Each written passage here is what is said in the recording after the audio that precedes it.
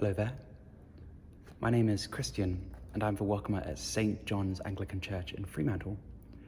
Recently, we had a couple of wonderful visitors from the UK take an interest in this window behind me, which is called the Pioneer Window. It was gifted by the donors in 1973, and they've asked that I actually share the story of the window. So I'm going to do that, but before I do, let me just manage your expectations.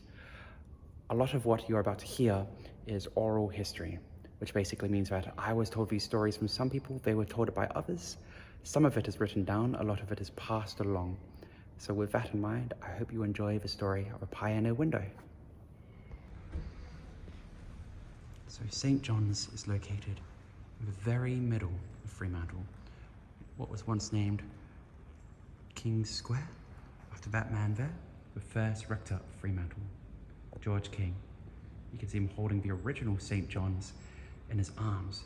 Now keep that in mind, that's the original one. The one that I'm standing in a few meters away is rather different. That will be relevant to our story. This area now is known as Wallialup Court, which is Noongar, and it means the heart of Fremantle. So here we are. Here's the pioneer window. So this story, it tells the tale of a people migrating from the UK all the way to Fremantle. It starts with the story of a whole people, and so the story goes, finishes with the tale of a single person. But before we get there, let's begin at the top.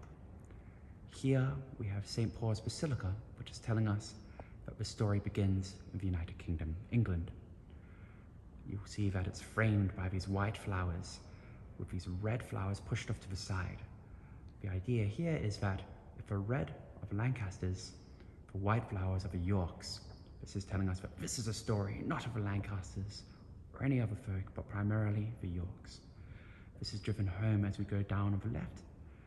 Oh, you see this smudge of white beneath the flower that you can actually see it says York on it.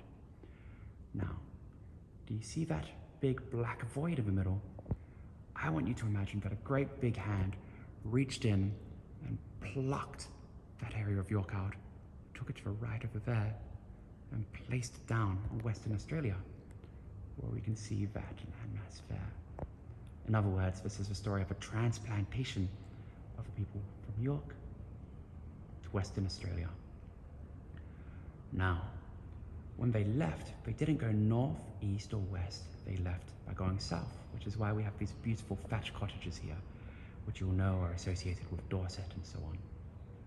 Notice the framing of the windows is currently still British foliage until we get down here to the HMS Challenger, the ship that people came over on, one of many ships.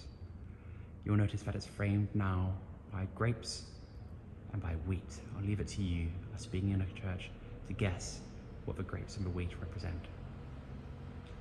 Now, unfortunately, you may have heard that most of the people that came over here were convicts, and that is true, but a good chunk were also entrepreneurial folk who were seeking to make a life. Look at this woman here in her beautiful burgundy dress, and the man not only with a big hat and a coat, but holding another coat. They are not at all dressed for the occasion.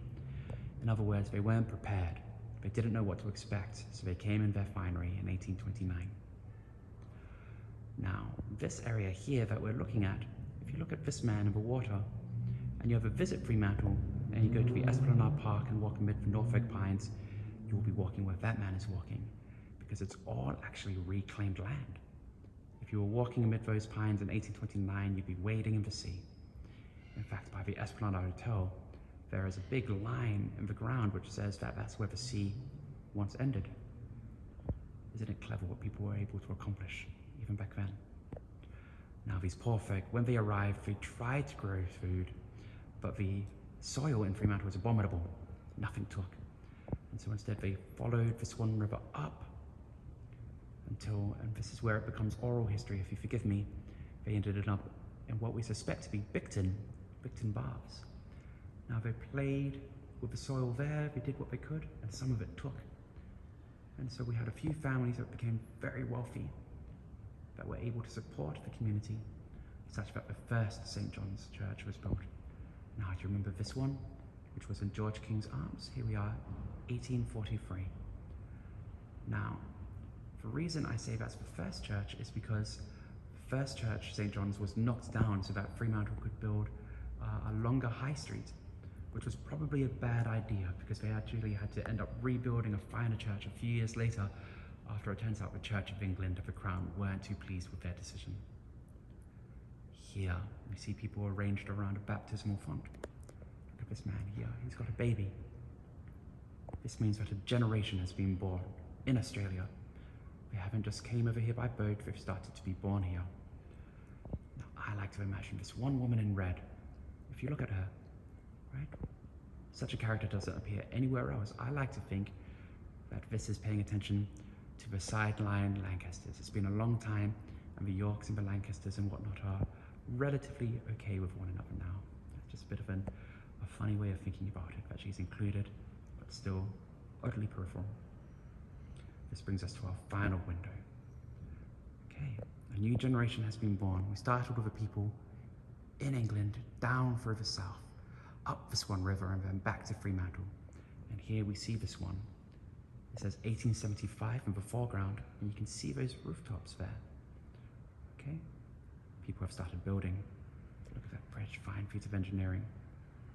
This spit of land that you're seeing in the middle, you'll notice that that spit of land has a chunk of water in its top.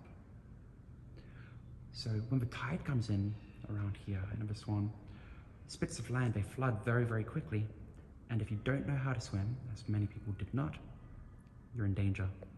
And so the story goes, and forgive me, this is once again oral history, that the eldest son of one of the notable families was walking along that spit of land.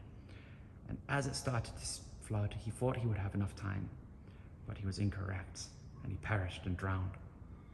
And so we see a little tacit, morbid dedication to the lost favored son of a notable family, or depicted here in the pioneer window of wonderful St. John's, Fremantle. If you ever come to Fremantle, do pop in.